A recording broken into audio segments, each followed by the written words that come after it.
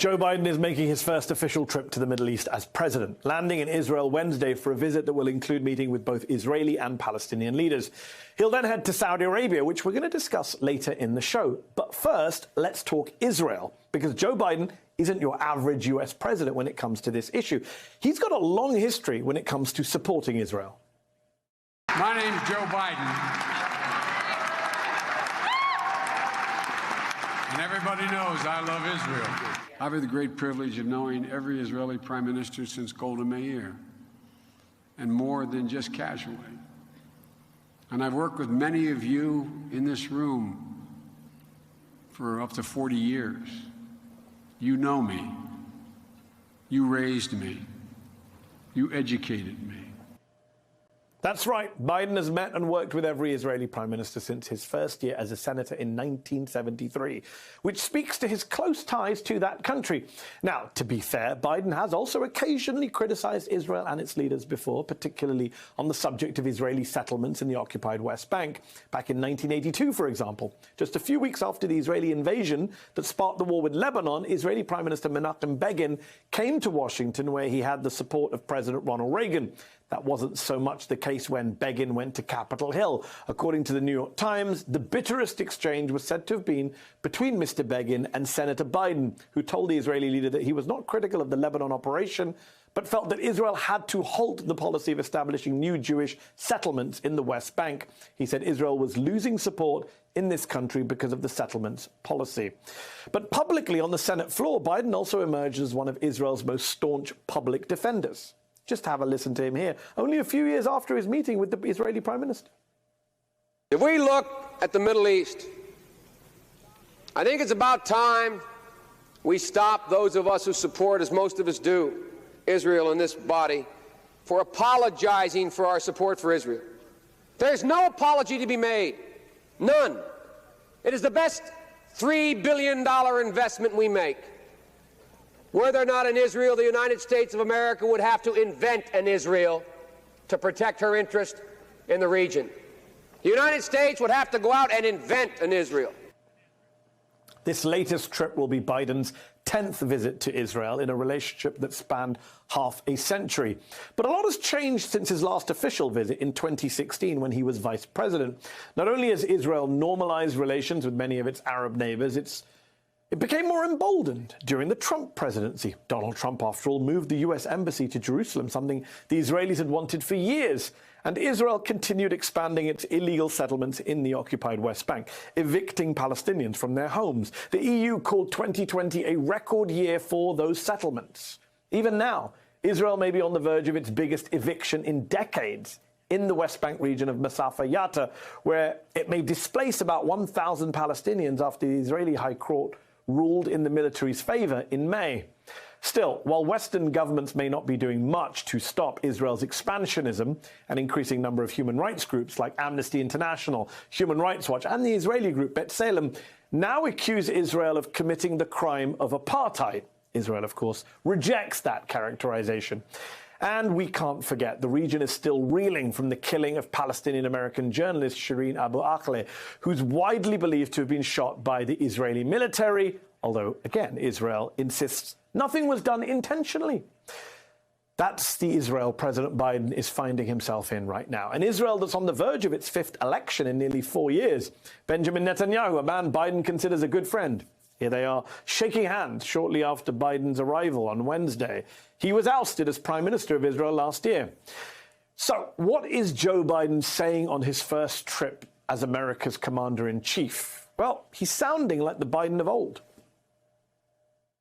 Every chance to return to this great country, where the ancient roots of the Jewish people date back to biblical times, is a blessing. Because the connection between the Israeli people and the American people is bone deep. It's bone deep. Generation after generation, that connection grows. So will the rest of this trip be any different, or do Palestinians have to continue living under a brutal occupation while visiting US presidents just heap praise on their occupiers? Joining me now to discuss this is MSNBC analyst Peter Beinart. He's the editor-at-large at Jewish Currents and authors the Beinart Notebook on Substack. Also with us is Palestinian politician, activist and scholar Dr. Hanan Ashrawi. She's the former Minister of Higher Education for the Palestinian Authority and currently serves as the chair at MIFTA, a Palestinian civil society institution working on rights and democracy. Hanan Ashrawi, let me start with you. How many US presidents have you seen visit the region? This isn't the first time, is it? And have those official trips made any difference when it comes to improving Palestinian life on the ground in the occupied territories? Do you have any hope for this Biden visit? Well, I've lost count as to how many American presidents have visited, but quite a number have. The thing is, they haven't made a difference because there's a long-standing policy of total allegiance to Israel, of total bias in favor of Israel, and of attempting to silence the Palestinians or to put pressure on the Palestinians and in some cases to blackmail the Palestinians to accept this strategic alliance between the US and Israel. But this latest visit by Biden is such a transparent love fest. It is really not quite respectable. And when you have an American president constantly repeating that he is a Zionist, that he loves Israel, that he's a real Zionist, he is in many ways telling everybody this is not a political thing. This is also a personal commitment. This is also an identification. This is also a partnership with emotional ties and so on.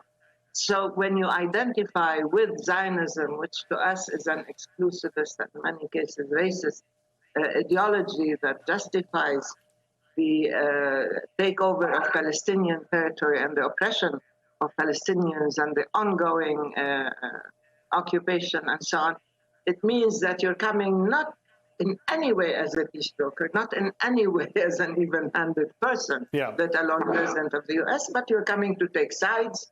You're coming to flaunt this love fest and your ideological commitment, even biblical commitment.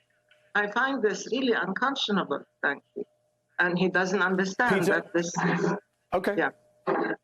Let me bring in Peter. Peter, you write in your latest Substack piece about Joe Biden's visit, quote, "It will start in Israel, which is a liberal democracy for Jews and something closer to a tyranny for most Palestinians."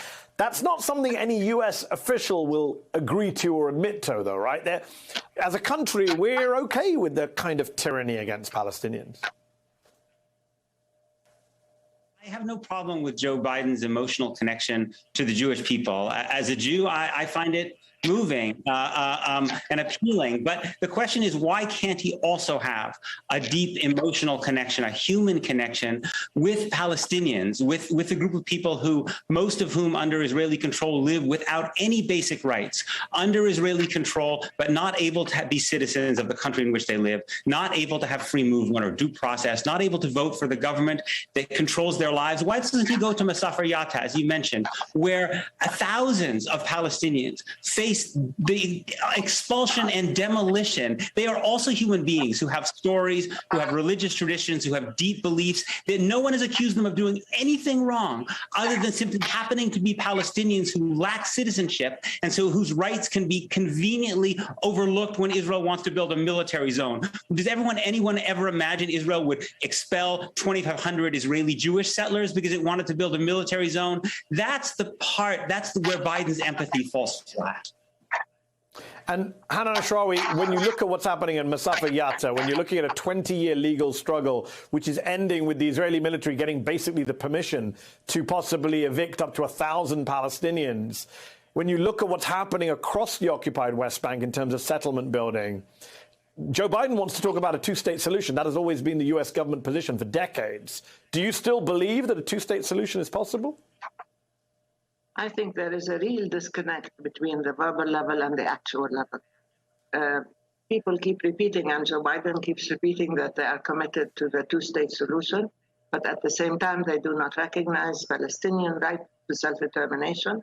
They do not in any way approach Israel with a sense of even-handedness in that it has to be accountable for its violations and it has to stop stealing Palestinian land, building more settlements, killing more Palestinians, demolishing more homes, and so on. So it's very difficult to see that a two-state solution is possible when it becomes only a refrain to justify inaction. And the Americans, in many ways, all administrations have either given Israel time and space to continue with its policies or have colluded with Israel in order to continue the dehumanization of the Palestinians, Trump being the most obvious, but now Biden is building on the Trump legacy.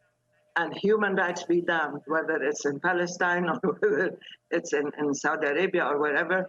This is just a verbal expression, and at the same time, empowering Israel, enabling Israel. And it's not the Jewish issue. To me, it's the ideological, biblical issue. It's the Zionist issue that bothers me. And we don't define ourselves as Christians or Muslims or whatever. We define ourselves as human beings with a cause, with the right to justice and freedom on our own land. Well, what's interesting about defining, you mentioned defining as human beings.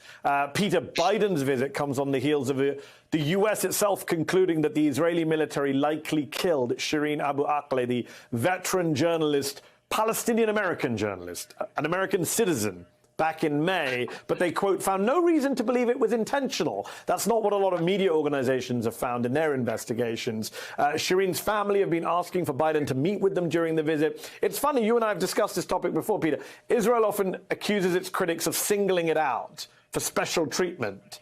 And yet, I feel like it's getting preferential treatment here. I can't imagine another country killing an American journalist and the American government basically just says, oh, well. In fact, this is the second American citizen who's died at the hands of the Israeli military this year. There was an elderly Palestinian man from Milwaukee who was killed in Israeli military custody as well. I don't know whether the killing of Shireen Abu Akleh was intentional, but what I know is that the only way we'll find out is with an independent investigation, not one done by the same military and the same government that was responsible for killing her. And to go to your point about preferential treatment, you know, the amnesty, if you look at the State Department's reports on China and Russia, they are filled with references, citations to Amnesty International and Human Rights Watch and the documentation that they have done about human rights crimes in America's adversaries. And yet when it turns to Israel, all of a sudden, what Human Rights Watch and Amnesty International, even Israel's own human rights organizations say, right, which is that a system of domination by Jews over Palestinians equals apartheid, all of a sudden these institutions no longer have any credibility. You can't have it both ways. If you give Israel a pass and say human rights notions and international law doesn't matter there, you are also undermining your efforts to hold Russia and China and every human rights abuser around the world accountable.